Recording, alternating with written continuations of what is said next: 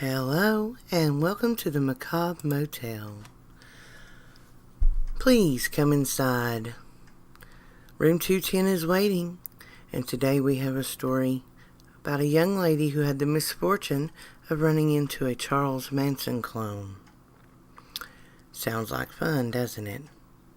Come on, let's go on in. Have a listen. Just a little backstory. I was a 21-year-old female at the time this occurred.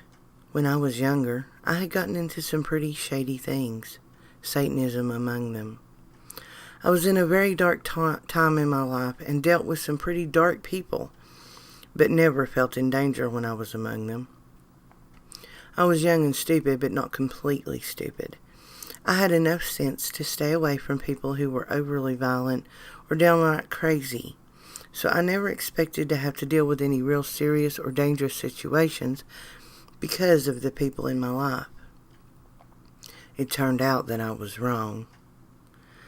I had a small group of friends that were into the same things that I was.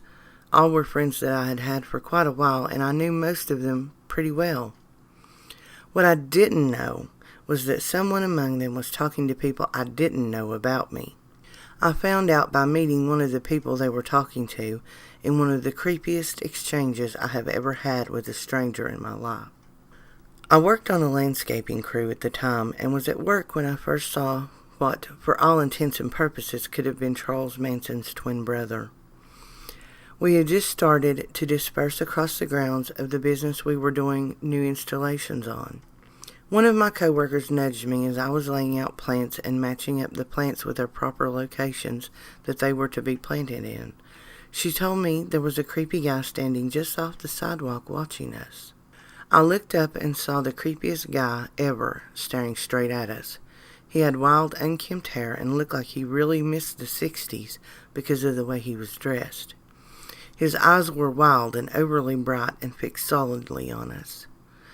I looked back down at the plants in front of me and told her that he was a slightly taller version of Manson, and that if I didn't know better, I would have had a heart attack just from looking at him because he looked so much like Manson. We started kind of giggling and making fun of his creepiness in low tones.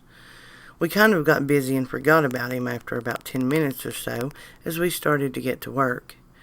We worked for about 30 minutes or so and were working our way down the sidewalk.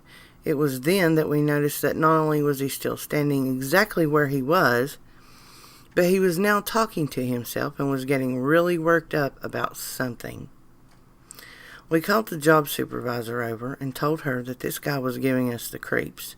She watched him for a few minutes and asked if he had said anything or approached us. We told her he hadn't, but he was there before we came out that morning and had been staring the whole time, and that we felt like that he might be thinking about doing something. She said that if he hadn't said or done anything to us so far, that there was nothing she could do about him, and just to ignore him and try not to make eye contact with him. We weren't very happy about that, since we were slowly getting closer to this guy as we worked our way down the sidewalk. As we got closer to him, we started to be able to hear a word here and there in his excited, mumbling conversation with himself.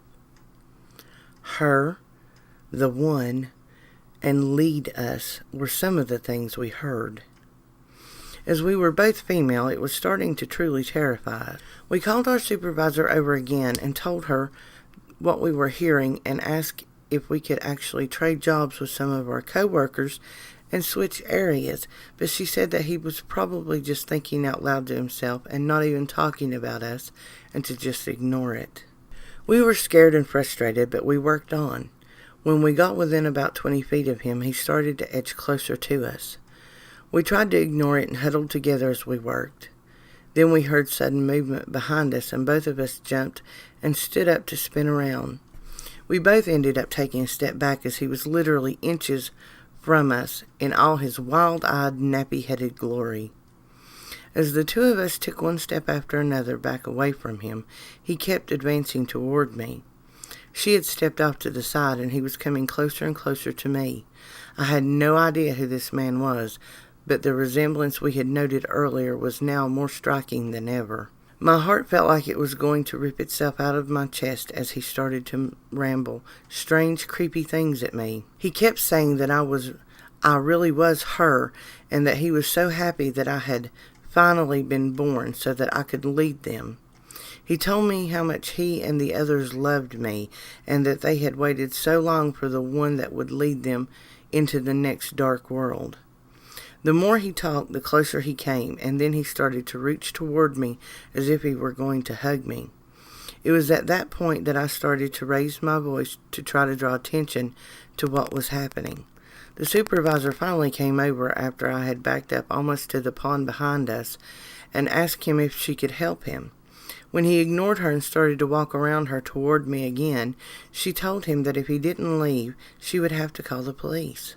He told her that I belonged to him and that he would be back for me, but did agree to leave. Once he was gone, we asked if she could have him banned from the property because I was terrified he would come back. She said she didn't believe he would return as he was obviously insane and probably would forget I even existed. She was wrong. This ended up being the first of several altercations with this man that I would have to endure. He came back where I worked 3 times before she would talk to the business owners and explain why this man was a danger and needed to be banned from the property. The owners did ban him and were very understanding. I was even confronted by this man once in another state before I finally managed to get away from him. I have no idea which among my quote-unquote friends was feeding this guy the info as to where I was going to be and when. But it was not until I made significant changes in my life, including creating a new circle of friends, that I got away from this raving lunatic. So Crazy Charles Manson clone, never, ever cross paths with me again, because I am not the one. Dead One Rollin' here, saying thanks for stopping by the Macabre Motel.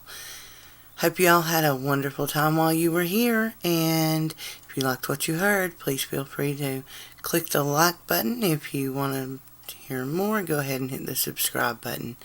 Thanks again for stopping by. Dead One Rollin'. Talk to you next time.